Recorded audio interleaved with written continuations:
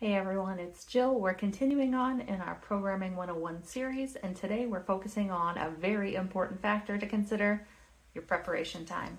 I want you to take a ride in your Wayback Machine to your last couple of concerts and think about how you felt the week leading up to those concerts. If you felt confident and sure that your kids were going to nail it, then great, you can skip this one. But if you felt like the students may fall apart on the concert and you felt kind of frantic and nervous about it, or alternatively, if you felt like maybe they were a little bit bored and kind of over it, then you may have some work to do.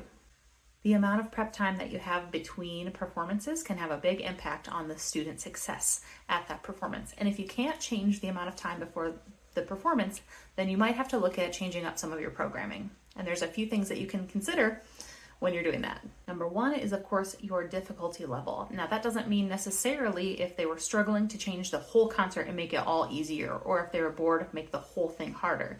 You can just take one or two pieces and give them an extra challenge or a little easier time with a portion of the concert. Number two is concert length. So if the students can handle an extra piece on their concert, if you have that kind of prep time, then that's a great way to introduce some more variety.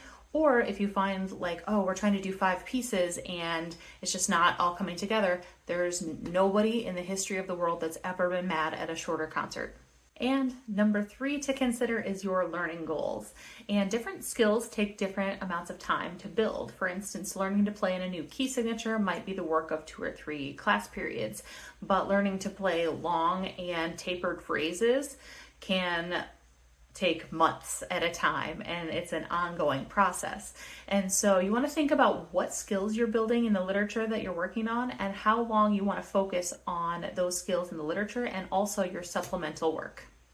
Long story short, when you're evaluating whether or not you want to play a particular work on a concert, then you need to consider realistically how long it's going to take your students to learn and if you have the time for it.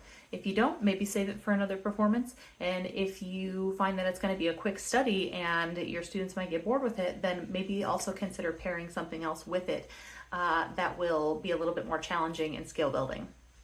That's all for today. Catch you next time.